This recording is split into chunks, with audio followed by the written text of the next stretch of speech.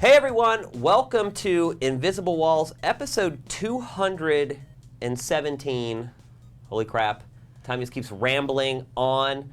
Right now is maybe one of the slowest periods in the gaming industry I can remember, but we have actually managed to drum up enough topics for today's show. I think it should still be pretty good. We're definitely going to go back and talk about a lot of the stuff that happened at Comic-Con. We're going to do a fun little thing at the end of the show where we give each other $500 to spend in Q4, and we basically share what we will spend that money on. We do have a good show, so make sure you stick around. Here to talk to you today about all the latest in gaming, Rohan Rivas. Hello. Mike Damiani. What's up, everyone? And your old pal, Marcus Beer. Hi there.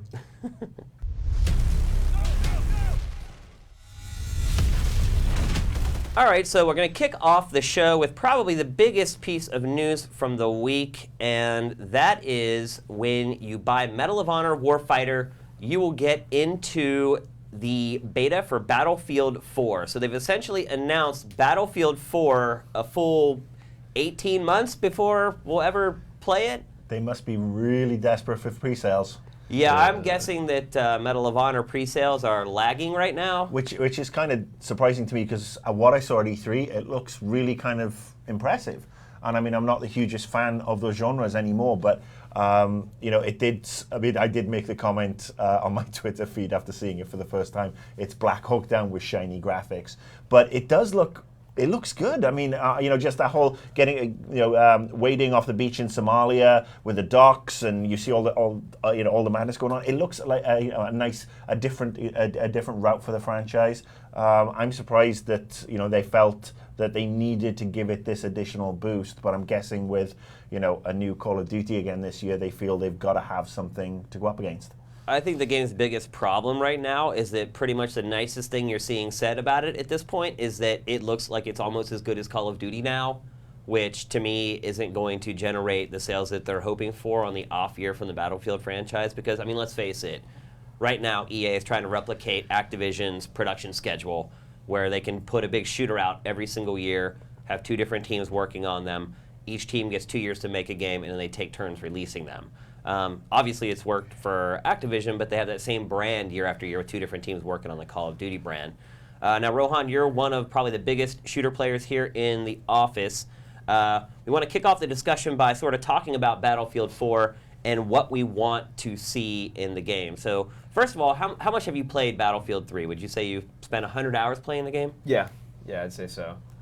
Yeah, because I play, like, when I look at Battlefield and I look at Call of Duty, like, I can play them both simultaneously and feel like I'm getting a different experience out of them. Agreed. You can play them both simultaneously? Well, he's saying jump from one to the other. Skilled. Yeah. Well, yeah. No, but like, yeah, I can play one and then jump to the other and then feel like I'm getting a really different experience. Like, what is interesting to me is how much they're going to change it, because recently they released for Battlefield 3 the Close Quarters DLC, and they're really trying to emulate the quick-paced, corridor-driven experience of Call of Duty. Are they really going to stay with their broad, kind of huge set-piece, Battlefield multiplayer experiences? Or are they going to try to condense that down so they can emulate that? The funny thing I would say about Close Quarters is it's actually more close quarters than Call of Duty. Oh, yeah. I mean, agree. It's more tight than any map that's in Modern Warfare 3. But going back to what I want to see in Battlefield 4, I would probably say is my top thing I want to see different is I want to see more focus on the co-op experience. Like all of the spec ops stuff in Call of Duty is stellar. Yeah, it's really in good. My opinion. You can tell they spend a lot of time balancing Oh yeah, absolutely. So if they could really kind of master, like, hey, let's do a 2-player, really defined co-op experience, or maybe even let's do 3-player. Like, let's do a 3-player. Each player has their own defined role in this experience. Like, that's what I want to see. That's my top Battlefield 4 wish list. Now, would you want the co-op to be separate from the campaign, or do you want to play the campaign with friends?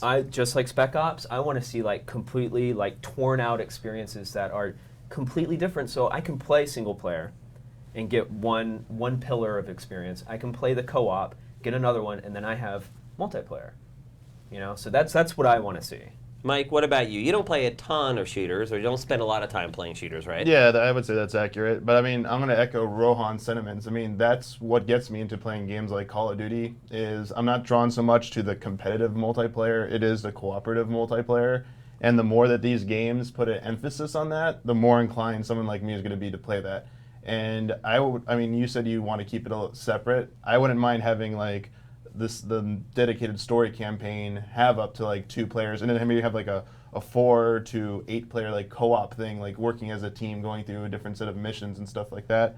I do want it to stay, from what you guys said about like the close quarter stuff, that sounds the complete opposite of what I want out of any shooter other than Call of Duty. Call of Duty has that nailed down. If I want that experience, I'll go play Call of Duty. Battlefield to me is like open environments, vehicles. I agree. And I want to see more of that. I really hope that's just like they were trying that with the DLC, but Battlefield 4, I want co-op, I want large environments, I want like multiple objectives that like your team's going to be tackling at the same time. That's the type of stuff I want to see, and maybe some like new ways to deal with the vehicle stuff. I mean, it's always been, Battlefield's been kind of like known for that.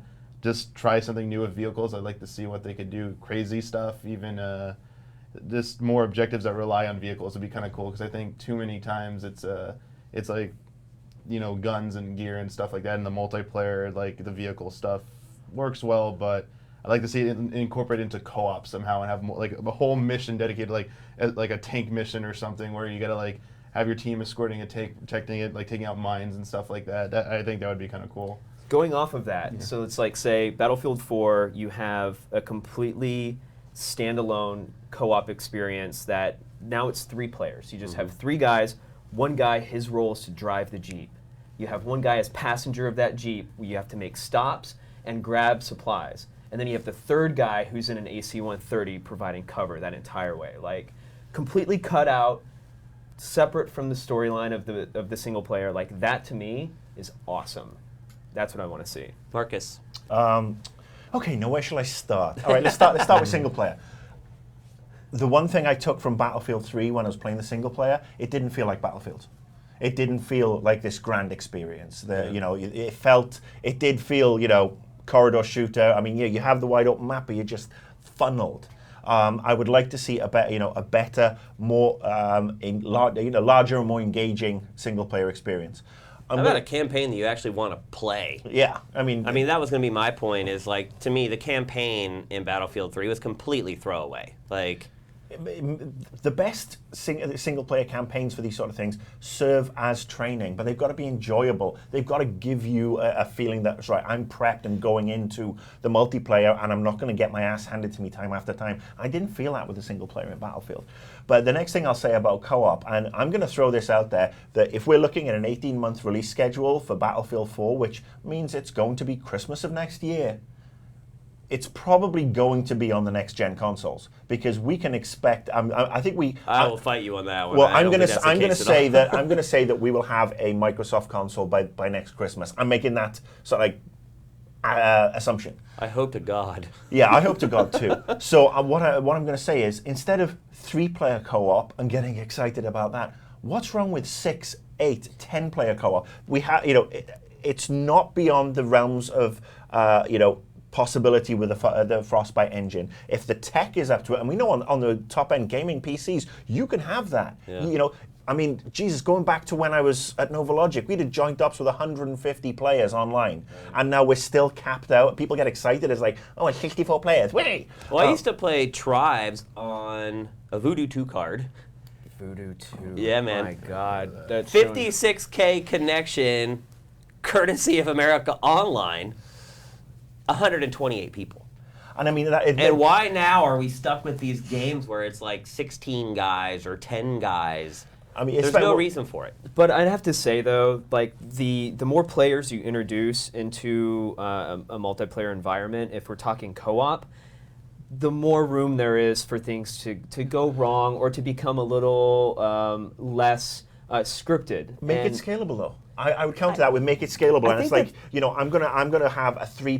You want to play a 3-player game, and you move the notch up to 3, and X, Y, and Z objectives pop in. However, I me think and balancing Shane, becomes the problem. well, me and Shane want to do an 8-player with a bunch of other guys, and we scale it up to 8, and then all these other things start to kick in. That it's not beyond the realms of possibility with regards to what Frostbite can do. It's certainly not an internet connection issue anymore. I mean, it's the tech is there, and I think we are being sold a dodgy bill of goods by just getting excited by 2-player co-op. I see what you're saying, but I think there's something to be said about the way that Call of Duty does their Spec Ops experiences. Is that it's like an arcade experience. You jump in, you can play it, you can try to beat your last time that you did with your buddy and get that 3rd star. Like, I think there's something to be said about those small kind of controllable. It's perfectly balanced, that's why. It is perfectly designed for that amount of players. When you start scaling, it becomes more and more difficult to really hone in on that experience and make it something that's fun for everybody who's playing it. But I mean, this is the thing. There are so many, there are so many clans, there are so many groups, there are so many guilds, whatever you want to call them, that play these games. Those guys will come in and they will play the co-op missions as they're meant to be played on the higher levels, get the objectives, and have a kick-ass time out of it. You can still have the smaller 2 or 3 players for people who are not as experienced, or people who don't have 2 or 3 friends and just want to jump into a random server, and they get the chance to talk to somebody over the headset and learn about coordination. But I just think it's about time we started raising the bar of our expectations to for co-op, because co-op is basically you either get 2 players or you get 4 or 5 if you're lucky, and it's horde mode. Yeah. And I'm just saying that the challenge is out there, and best scenario, which I don't think will happen for at least another 3 or 4 years, is to take up what Mike said. Make the single player, give you the option to play through the single player, with friends. That then makes the single player way more viable, way more enjoyable. So those are the gameplay things. I'm not going to touch on the big multiplayer stuff because I know you guys will do that. Origin, I know they're about to relaunch Origin, but Origin still I remember the monkey ball. When Battlefield 3 came out and we were capturing for it, trying to use Origin. I mean, right when it came out, and it's like, that is footage we needed, and we just couldn't play it. It was a mess. It was a total mess. The system it was so screwed up. I mean, I got sent a box copy, and I talked about this last year, and this is one of the reasons I was so down on Battlefield 3. Box copy of my PC. I drop the DVD-ROM in the drive. I have to open up Origin, click install. It then starts to download the freaking game, even though I've got a DVD-ROM in there. And a lot of people had that problem, so I had to basically go in and install as administrator or whatever. But there are people who are kind of, who may not be perhaps tech-savvy, who are like, what the hell's going on? I have the game. Yeah, I have the game right here. there. I have an box copy from EA. And playing it on the PC is like the definitive experience. Oh, no doubt about it. Yeah. And feeling like you have to sacrifice to play it on the 360 or PS3 because that's the most accessible way to play it outside of Origin, like, that is a huge problem for me. Yeah, they need to buck up Origin, especially if they're going to go with this bold statement of we are going to become a digital-only company, and they really need to sort their shit out, or otherwise just make it, a cloud-based game. So going off of that, I think for like what Battlefield is known for, the core multiplayer experience, I think that they've really got to look at their interface. They've used that same kind of interface for Bad Company, Battlefield. Even Medal of Honor to some extent. They really need to redo that interface. Like, I'm talking like multiplayer chat, game lobbies, even how you select your attachments to your weapons. That all needs to be completely redone, in my opinion. And to just close, I would just say that they need to make sure that they keep the experience feeling different from Call of Duty. Because I agree with you, it feels like the campaign last year, they tried to ape Call of Duty. With the close quarter stuff, they're starting to inch the multiplayer that way. They're never going to win the fight trying to be like the other guy. And real quick, I want to say, I will continue to play both. I like both. Like, they give me two kind of different experiences. They need to stay that way, though, or I won't play both. Yep. Fill her up. You've had enough. All right, so obviously last weekend was Comic-Con. We did talk about the show last week, but really it was just me bitching about nerd culture. And me just saying how excited I was to go. We didn't really talk about the games that were at the show because obviously it was still going on and our guys were there. Well, now they're back. Chris Wynn is here to talk about Comic-Con. Hello. And Mike, who is here to talk about Battlefield, is here to talk about Comic-Con. And I'm going to talk about Comic-Con. Marcus never leaves. I don't actually live here. But I've got a little mattress on the back there. So to me, maybe the biggest game story from Comic-Con is that people finally got to check out the South Park RPG. At E3, it was one of those games where a couple people got to see it. I was an E3 judge. I never got to see it. I know when I saw like the official ballot go around and it was on there, I was like, wait a minute, it wasn't playable. Then Jeff Keighley emailed me back, and he's like, no, some people did get to play it at E3. I don't know how that happened. Apparently, it was at some Microsoft event at night, but they didn't let people know it was going to be there. So this was really the first time everybody got to check it out. Mike, you actually played it. I actually didn't get to play it. They still weren't letting you play it. You saw a but demo? we saw a demo of it. So how is this thing shaping up? It's one of the bigger anomalies right now in the industry, I think. Yeah, I'm surprised they're keeping so much of it under wraps, because honestly, what I saw, whether you're a South Park fan or not, looked really good, actually. Really? It was running on the PS3, or I'm going to assume it was, because it looked like it was just a video reel, and they just had a PS3 set up. Really? The guy who was speaking wasn't actually playing. It was just a video running, okay. but the icons matched up to the PS3 buttons, so it was definitely PS3 footage. But I think the most impressive thing about it is just the presentation, shifting between battles. And anytime you shift in that game perspective, whatever, it's very fluid, very smooth. There's How does it there's no work? jankiness to it. How it works is, just for combat, it's a turn-based RPG. So you explore Turn-based? You explore the town of. Think of Super Mario RPG. That's Okay. like the closest thing I could compare it to. You play in the world, basically, and when you actually engage a battle, like you walk up to a person and you trigger the battle, but what it does, it goes into like a cutscene, and it's smooth. It doesn't like, there's no cut to black or anything like that. It just kind of naturally Well, they transitions could have to the jimmied mode. that if you were just watching a video, Yeah, right? but I mean, it was very slick presentation at least. And Yeah. if that game is going to be like that, that's pretty good. And it's a South Park animation. They're not doing anything super taxing with that, so I Right. don't see why not. But basically, you have like a little like cutscene and exchange between the two characters. Then you go into a turn-based battle. You're on the left side, the enemies are on the right. You pick from a wide variety of moves and stuff like that. It's like Mario RPG in the sense that like you can do those timed hits on your attack. Like you push the attack button at the right time, you do more damage. And if you defend at the right time, you get less damage taken, but you can also do a parry counter. So Isn't that kind of the easy way out, though? instead of Like compared to real-time what? combat? Oh, versus real-time combat? I mean, honestly, when they first announced the game, I was kind of hoping it would be real-time combat, more of like a giant sandbox, and you Yeah. can just engage battles, take quests.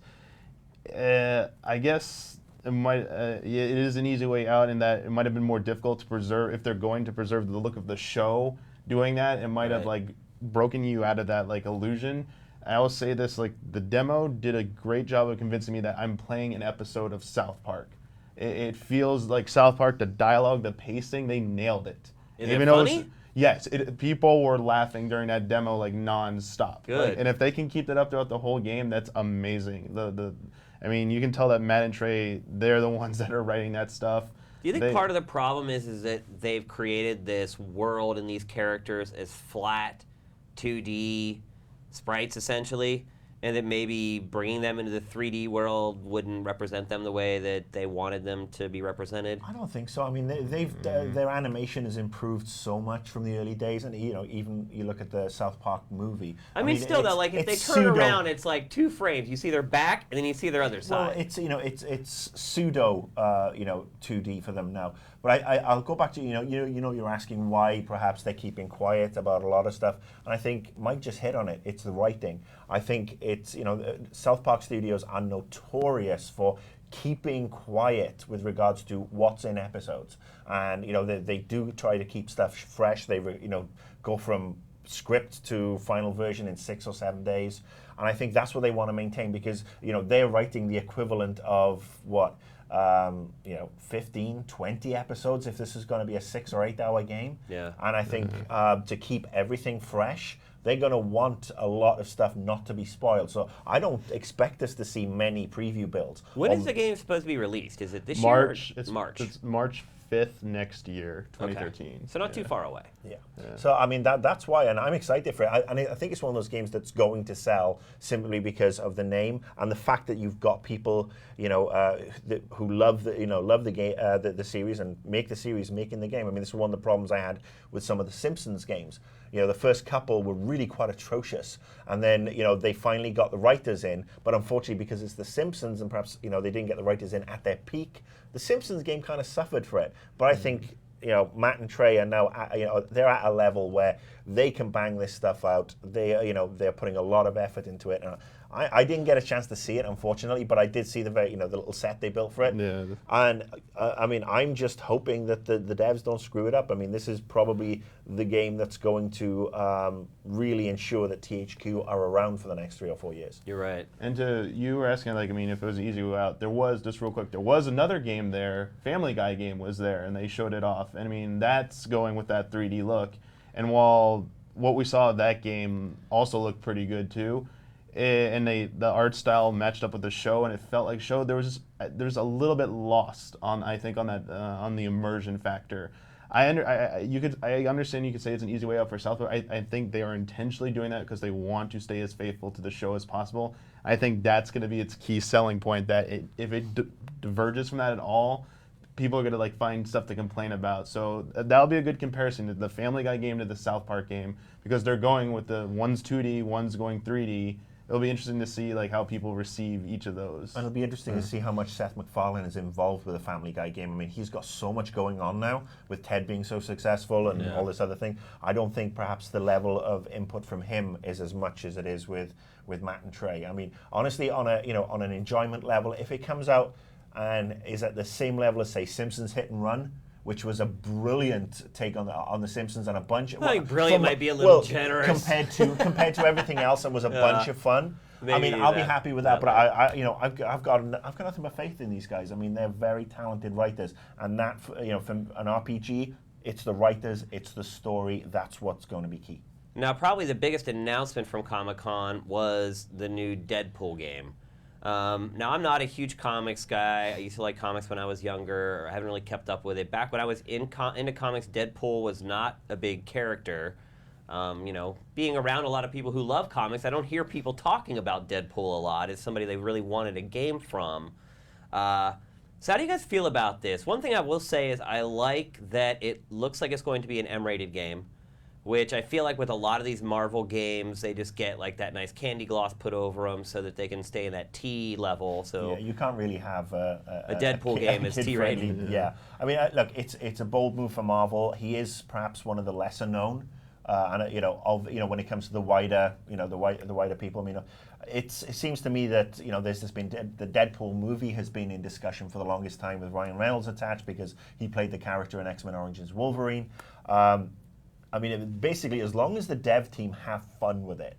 I mean, Deadpool is... The trailer's pretty funny. Yeah. They did a good job on that debut trailer. He's a vicious assassin and totally He calls insane. out Wolverine at the end. He has a mouth on him that makes me look like a shy nun. And that's the thing. And just like we said with South Park, it's got to capture the humor. It's got to capture the humor and the violence and go over the top, because... That's what Deadpool is. He will chop shit up and he will make the wisecracks. Don't make them repetitive. I don't want to hear the same wisecrack for the 55th time 10 minutes in. And, have fun with it. Make it a wide open space game, open world game. Go around chopping shit up, drop some cameos in. Activision are doing it, aren't they? Yeah. I think so. Yeah, Spider-Man, he better be in there. Yeah. Wolverine, he better be in there. I mean, have these characters in there to battle, and it's fun that you are playing essentially the bad guy this time, and that's a rarity for a comic book game. Yep. I want this Deadpool game to be compared to Arkham Asylum as Saints Row is to Grand Theft Auto. I personally No problem with Saints aiming Row. high. Yeah. I love Saints Row, but Yeah. I mean, I think if it can deliver on that, where it's there's a lot of parallels and the combat's solid and the world is fully realized, I think it has the potential to be a very, very good comic book game. Do you think the game will sell?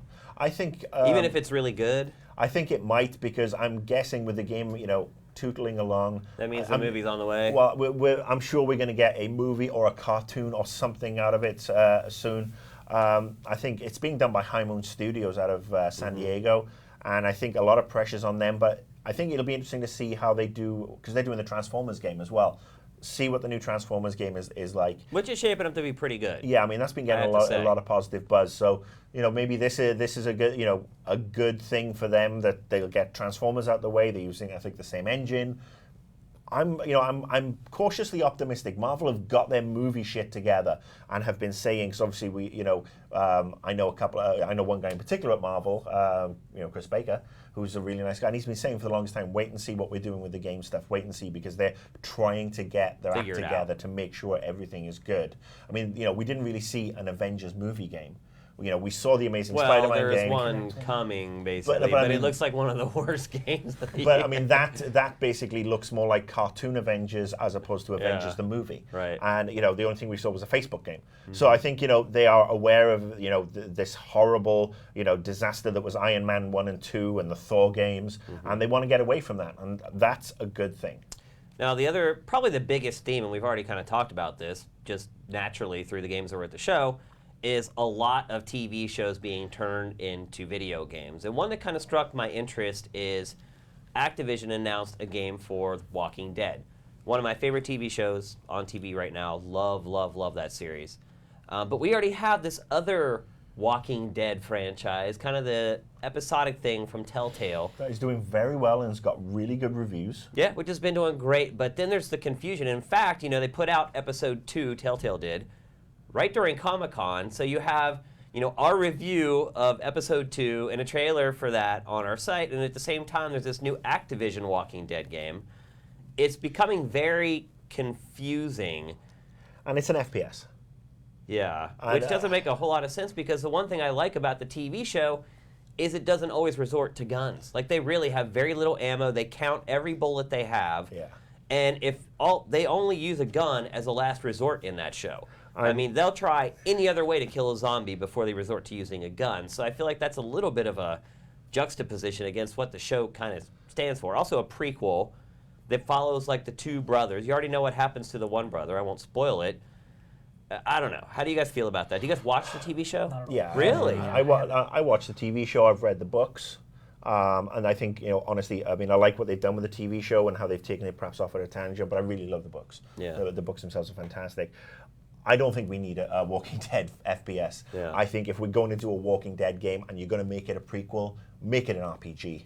Yeah. Make it, or at least an action or adventure. a Grand Theft Auto open style world. Right. Let people explore. And I mean, when the TV series first came out, I actually did a blog post on it, on what I wanted to see out of that open world with the zombies. And it's funny that Last of Us looks more like a Walking Dead, or what a Walking Dead game should look You're like, right. Yeah, I'd agree than with this zombie shooter. I mean, I'm beginning to, we're now at zombie burnout stage, just like, we were at World War II games burnout. We were at, modern military shooters burnout stage. I think zombies now are if they haven't already, are about to jump the shark. And I think that's the one thing that really could have taken, this franchise in a really cool direction. To, that whole waking up in a hospital, not knowing what's going on, trying to find ammo, trying to find, fuel for a car, trying to get somewhere, water. I mean, and trying to interact with other NPCs and with different characters and different personalities.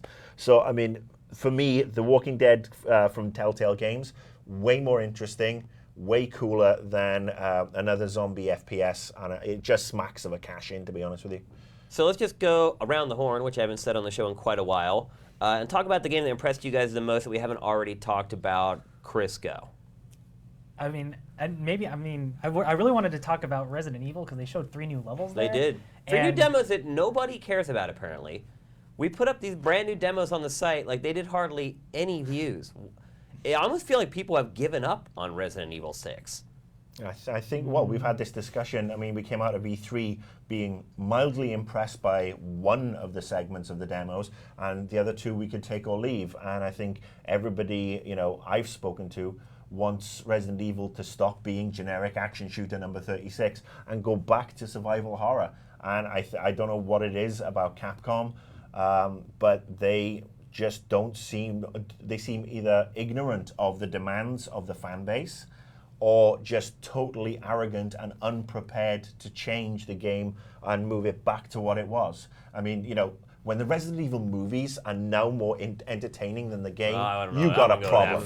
Go that far. Oh, I would not go that didn't. far. Look, I didn't like the last game, and the demo I saw at E3 was not, you know, wasn't as much fun for me as watching the Resident Evil 2 movie. Here's the thing with RE5 and RE6 is that they're called RE5 and RE6. If they were a brand new franchise, it was just like called Zombie Hunter or something like that, I don't think people would be as hard on them as they are, because there's this precedent that's been set before. And to your point, I mean, they could go back and make those old games. They were making a conscious decision to not make the games like those old games. And truth be told, I mean, I don't think that's the right answer.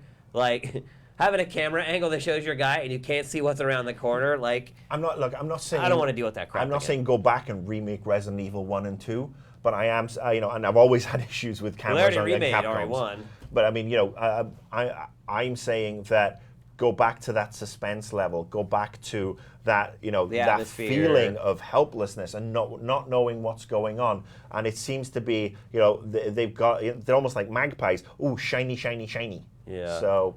Well, there was one part we were watching the one demo, Mike and I, out here in our capture area, and there was one shot where, like, I think it was Chris was at the bottom of a stairway, and he's like using the cover system. Some dude in a ski mask is like the top of the stairs. You're like doing the pop and shoot thing with the guy. You finally shoot the guy. He goes, "Oh!" and then like falls down the stairs, and I'm like, "This is Resident Evil? That's not Resident Evil." And it goes back to what I was saying. It's like the expectations you have for that franchise makes it very difficult to kind of accept what they're doing with it now. It'd be nice if that was still a third-person shooter. Yeah. I mean, if you watch any of the videos of me playing it, it's not that I don't know what I'm doing. It's that that game is literally, the melee is so It's set up to melee, It's yeah. so overpowered in that game. You like, can kick zombies to death. Yeah. it's like they don't shoot at you half the time, so why am I gonna bother shooting Using ammo. Using ammo, I'm just gonna run up and like 3 kicks and they're dead. It just made more sense to play that way. And I mean, you can complain all you want, but I would think once people get their hands on that game, I mean, you're gonna be like, wow, melee is really good in this game. I'm just Yeah. going around kicking everything. So Well, it looks a lot better when you're doing the melee than just firing guns anyway. I mean, Yeah. I'll say that much. So, Mike, what was the one game that you saw that struck your fancy? I mean, obviously we talked about South Park. I've been kind of down on RE6 ever Yeah. since we brought that out. What else was there? I mean, we saw a lot at I think maybe Borderlands 2 looked pretty good. That was the first time I'd actually seen it in playable form. The enemy AI stuff is pretty insane in that game. Yeah, I that mean, game's going to be huge. You're just seeing that one monster, was it called Goliath, that it can, like, I guess, level up when you fight it, and it gets more aggressive and more difficult. So you go like, Bloodworth was talking about that on the show. yeah, I got to actually finally see that, and then that, I mean, that looks really good. What else did we see there? I mean, Capcom had the usual stuff. I guess they showed off. Apparently they showed off something new about Metal Gear Rising that no one saw that I really wanted to see. They showed off like the Ray battle apparently. Oh. And I mean, what we played there was the same exact thing, but actually they give you all the time you want to actually finish it this Right. time. But apparently the Ray battle looked really great. We looked everywhere for that. I wanted to see more of that. And what else? Sega. Oh, jeez. Sega. I don't want to go with Sega. Sonic 2 That HD was- remake? That was pretty sad. That was pretty sad going into Sega. They weren't even in the convention. You had to go over to their little arcade thing, and they had 2 games there. And it's been 2 games they've been showing off for a while. Actually, one real quick, the Sega or the Sonic All-Stars Racing game. Yeah. I was talking to the guys, and I made a suggestion for a character. And if you know who Segata Sanshiro is, Yep. and the guy is like, "Who is that?" Oh, boy. And I was like, and the guy Well, playing, that just shows you. yeah, the guy playing's like, "You did not just say that. Like, you work for Sega and you didn't know Yeah. that." And I was like, I don't know. That's the state they're in. There were a lot of games there. I just don't think there was much, like, except for that the RE6 in South Park, there wasn't a whole lot that was new. It was like all, that's the biggest problem with typical Comic-Con. Comic-Con, It's yeah. all holdovers from E3, and it just felt like this year, like, there might have been more games. It just wasn't it's just not exciting. It's as exciting once you've gone to E3, I think. Yeah. We're kind of like cheated, I think, when we go to cover Comic-Con so close after E3. But I mean, if you're part of the public, it's like a great place to go to actually play all Because those you games. do get to access to And, those games. You don't get that at E3. Definitely, and that's like one of the best things. If you don't, and I would say actually the lines aren't as bad to play games at Comic-Con as they are for the panels. Panels Right. a whole different story, Yeah. but I didn't. That's the other thing. I didn't get to see any of those panels. So like the Well, new. it's not like we're allowed to shoot them anyway, which is a big pile of bullshit. I heard like they showed off new Fortnite. Well, yeah, we had that on the site, and we were asked to take it down. Meanwhile, there's like hundreds of videos from shitty cell phone cameras all over YouTube. But that's the standard issue with Comic-Con, isn't it? I mean, the But it's panels. garbage. Why would they want their game out there on cell phones when we had it awesomely shot, crisp HD, direct audio that they helped us set up? Yeah. Usually, I think there's only a Comic-Con policy that you have to wait 24 hours to post something, just because they. It makes sense. they're- I mean, they want yeah, people they want to go to people the to actually panels. go I'm to totally it. fine with but that. But that's only 2,000 people max who can see that. You want to get it out to as many people as possible. Every single panel should be filmed, should be put up there. Every company who has a panel should say, I want it filmed, I want it up on your site, we're going to put it up on our site, because at the end of the day, it's either shitty cell phone camera, dodgy pictures, or somebody live blogging and making a mistake. Truth be told, I got to the bottom of it, and it turns out one of our competitors was being a whiny little punk because they didn't shoot it, and that's why we had to take it down. But the bottom line is they go there to show these games to the fans in these panels, and 9 times out of 10 they don't release anything. Obviously the exception was The Last of Us. They put out the new cinematic where you meet that new character Bill.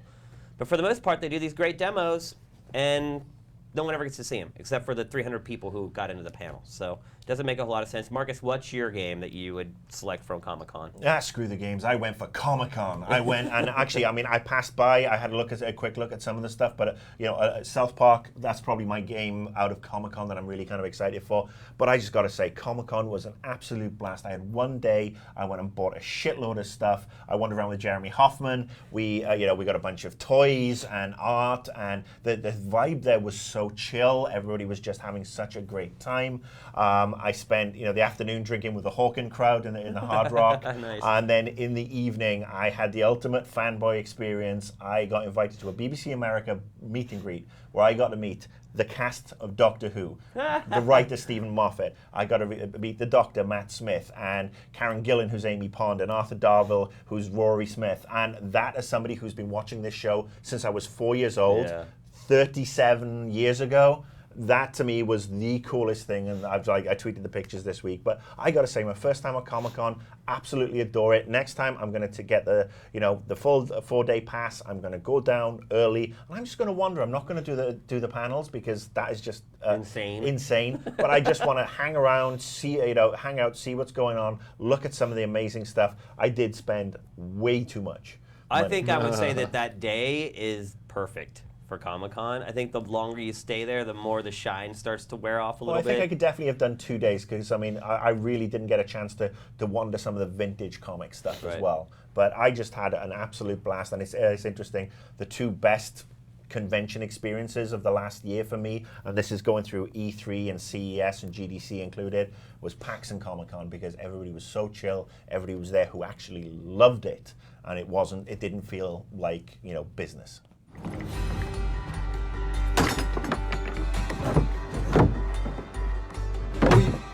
Thank you, sir.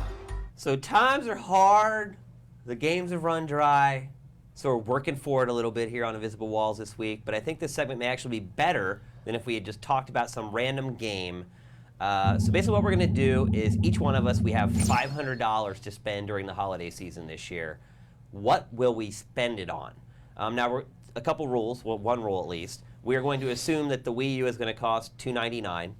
And I have heard through certain channels that is likely going to be the price of the system. So we'll just set that at that price at that point, and we'll assume Wii U games will cost $60 like all the others, which I'm guessing will probably be the case for most of its releases. So, Chris, if you have $500 at the holiday season, and we'll come back and check, like at the holiday season, we'll see if our opinions have changed. We'll come back and readdress this. But for now, if you had $500 this holiday season, how would you spend it? I would buy an iPad. An iPad? Yes, because I don't own one yet. Oh. And, I mean, there's a ton of games that are on my queue of things I need to play on the iPad. You know, right now, everyone in the comments are like, blasphemy. Yeah. You're part of the problem. So you're saying iPad, or you're talking about a tablet with a gaming option? I mean, obviously, because there's the Surface. Yeah, there's going to be the new yeah. ones coming out, but I mean, just in terms of just like right this very second, I'm kind of shooting for like an iPad, and there's a lot of. Can you get one for $500? Well, they're You can talking about find a one new for $500. Used or whatever. In any case, you Okay. know.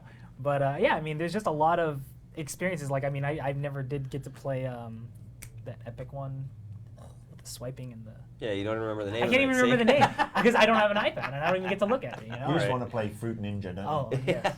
I mean, I also got really excited from the Republic Kickstarter. Yeah. I saw that game and I'm like, if people are going to start making games like that and they're very touch-based, like no controller, you're like just interacting with, you could probably also make it on the PC, but, anyway, portable, looks good. You can browse on the internet with it, but Can do a lot more there's stuff with it. there's some iPad-only games that I really want to check out. Okay, Mike, you got 500 bones. Oof. I mean, I would like to say the Wii U in a few games, but I'm still just not sold on that launch line. I don't feel there's an urgency for me to get that system. Well, things are starting to get a little funky now because Yeah. if you go back to E3, Reggie was like, "This is a launch game. This is a launch game. This is a launch game," saying available on launch day. Now some of those games are starting to waffle a little bit, like Super Mario Brothers. He's starting to say now it's a launch window game, and Pikmin a launch window game. It's almost starting to look like first party wise, all we're going to have is Nintendo Land there. I mean, at Comic-Con, I know that statement came out at Comic-Con, but I think someone asked them to clarify, and they said it was a mistake that Mario and Pikmin are still launch titles as of right now. Day and date. Day and date. So I think they were just there. When we were there, this real quick, they were always saying holiday for release for everything. So I think someone just thought like, oh, holiday window, that's not launch day. I don't know. Someone probably just misconstrued it, but they made it clear that it was going to be a launch. They started saying launch game after that quote came out. But if I were to get the Wii U, it would be the system. Well, no. You have to be definitive here. What are you spending your $500 on? Okay, so $300 on the system. So you would get a Wii U. Yeah. But it seemed like when you first started talking, you were like you weren't going to buy one. Plus tax. Are we including tax? Let's in this? say no tax. No tax. Let's say we're buying it On someplace Amazon. in Delaware. Okay, I guess I'm not being exactly definitive then. I mean, if I were going to buy it, I mean, that would be $300. I'd want the classic Pro Controller. I hope that's available at launch, and so I can play third-party games, because some of those like Assassin's Creed 3, if I'm getting the Wii U, I want to get it on Wii U. Hopefully it's going to look the best and have the most functionality on there. Hopefully, I mean, they said it's not coming out. I kind of wish RE6 was coming on it to maybe play it on that. But Pikmin 3, I would pick that up more than any of the other first-party titles that Nintendo has offer. And then Zombie U, that would probably wrap up about $500 of the controller, those 3 games, and the system. So you would buy those and not buy anything for any other system if you had only $500 to spend. There could be another Wii U game they haven't announced yet. Wait, another Wii U game? So you're saying you don't care about anything on the 360 or PlayStation No, I do. 3? Okay, I said it. Okay, that was. You asked me if I was definitive. If I'm not convinced, I'm still on the fence. I'm still on the fence about Wii U. If Mike wants I'm really to do on the that, fence let him about do Wii U. that. But here, just real quick, if I was like, okay, I'm not getting the Wii U, then it's gonna be like Tomb Raider. It's gonna be RE6. Tomb Raider's not out holiday. Oh yeah, I got It's the early next okay. year. So RE6, Borderlands 2 is still this fall, right? Yep. Borderlands 2 comes out in like a couple of month. weeks, Yeah, definitely pick that up. There's got to be other games that I'm thinking of. All the games I want, you say fall, are coming out in Q1 now. A lot of them have moved, I might yeah. save my if you want the honest to God answer, I would save my money. I would wait till Q1. I'd buy the Ni no Kuni collector's edition. That's gonna be like $100-something. I'll buy Tales of Exilia when it probably comes out for like $150. So you buy It's a lot of collector's. gift cards, basically. Yeah, I'll do a lot of pre-orders for JRPGs that are coming out next year.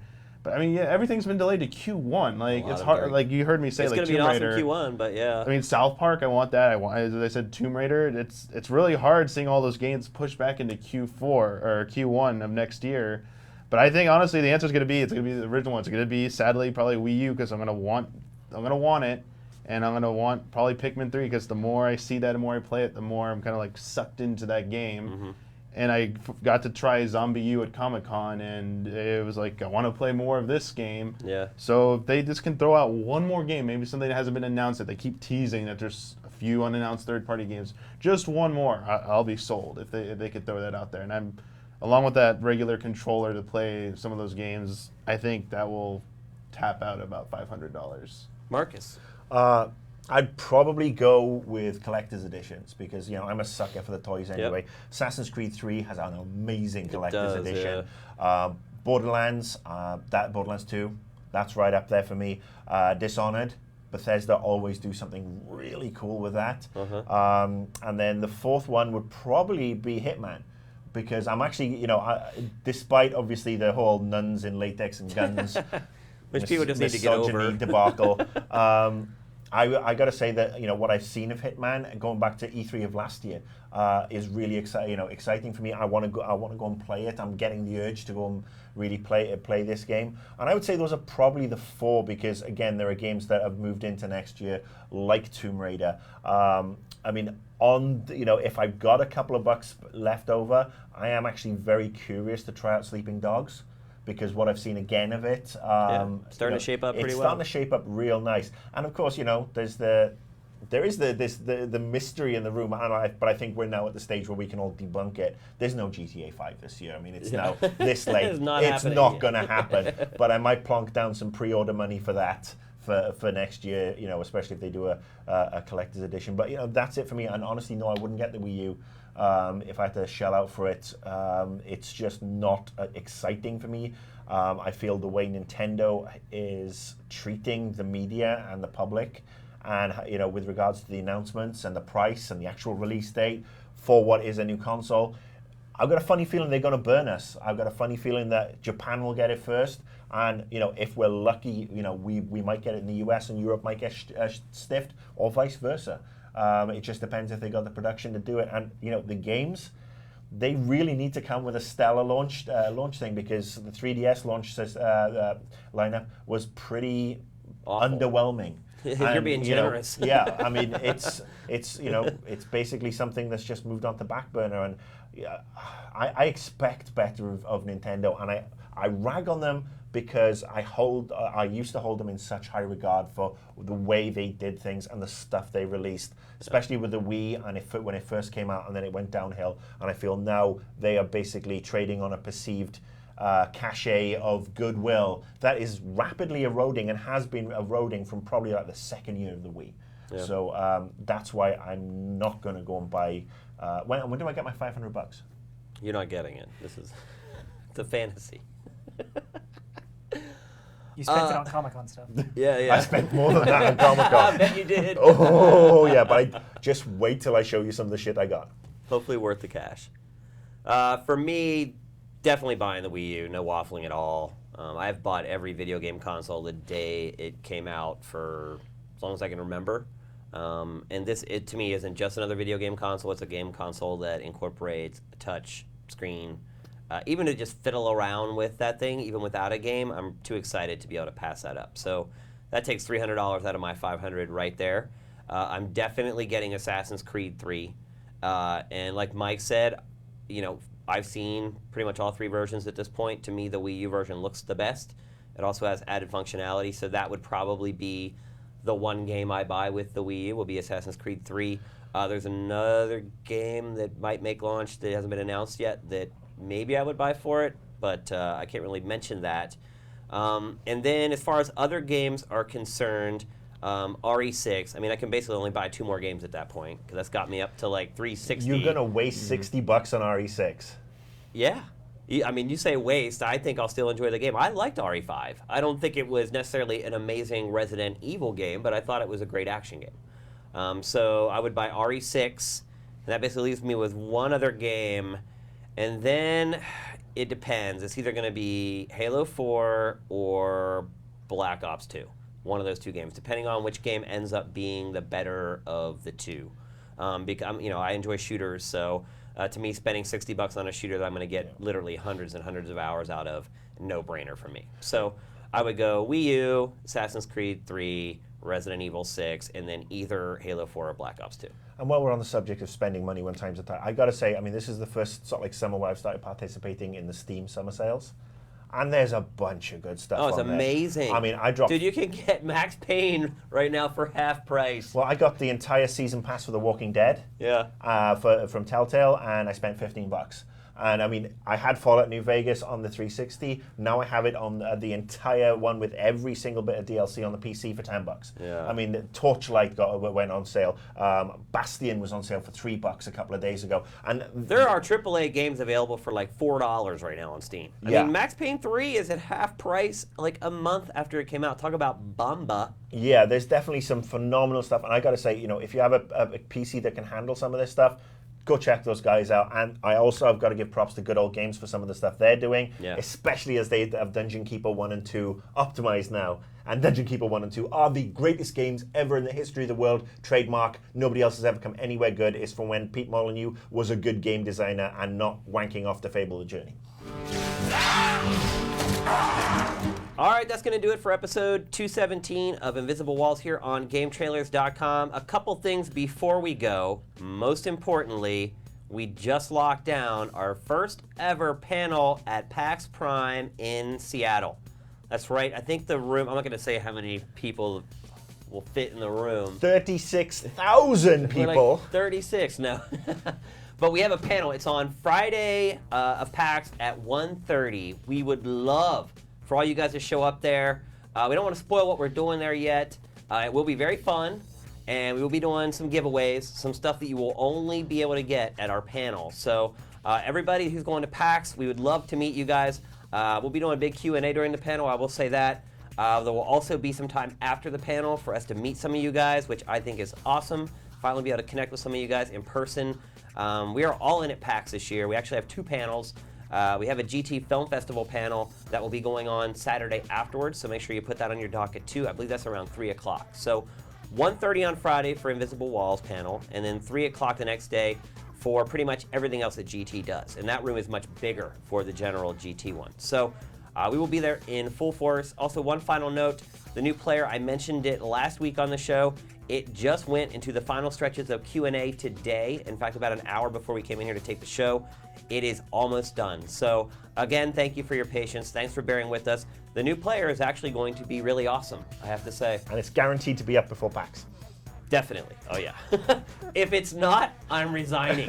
And I'm not even lying. So. And I mean, you know, you talked to me this morning that the iTunes feed is the next problem to tackle, RSS feed. Yeah. So, I mean, there was a lot of stuff going on, and this man is supposed to have sort of like a kind of chill couple of days break between Comic-Con and everything else. Yeah. But, I mean, there's a lot of people working really hard, and I know a lot of people you know, are really upset about it. But as an outsider looking into what these guys do, they really are busting ass trying to get all these things fixed, and they will be fixed at some point before the Mayan apocalypse happens. Yeah, if it's not fixed for PAX, maybe the panel, the IW panel, with me resigning.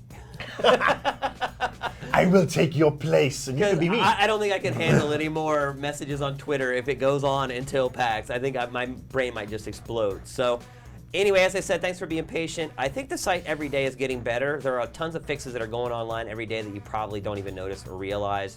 But yeah, I think there's like 2 changes per day to the site where we basically upload a ton of changes in batches at a time. So we're working on everything. We're working really hard. Some of the problems a little more hard to fix than others. Thanks for sticking with us. So anyway, that's it for this week's show. Thanks for being on the show, guys. Excellent job as always. Invisible Walls is up and out.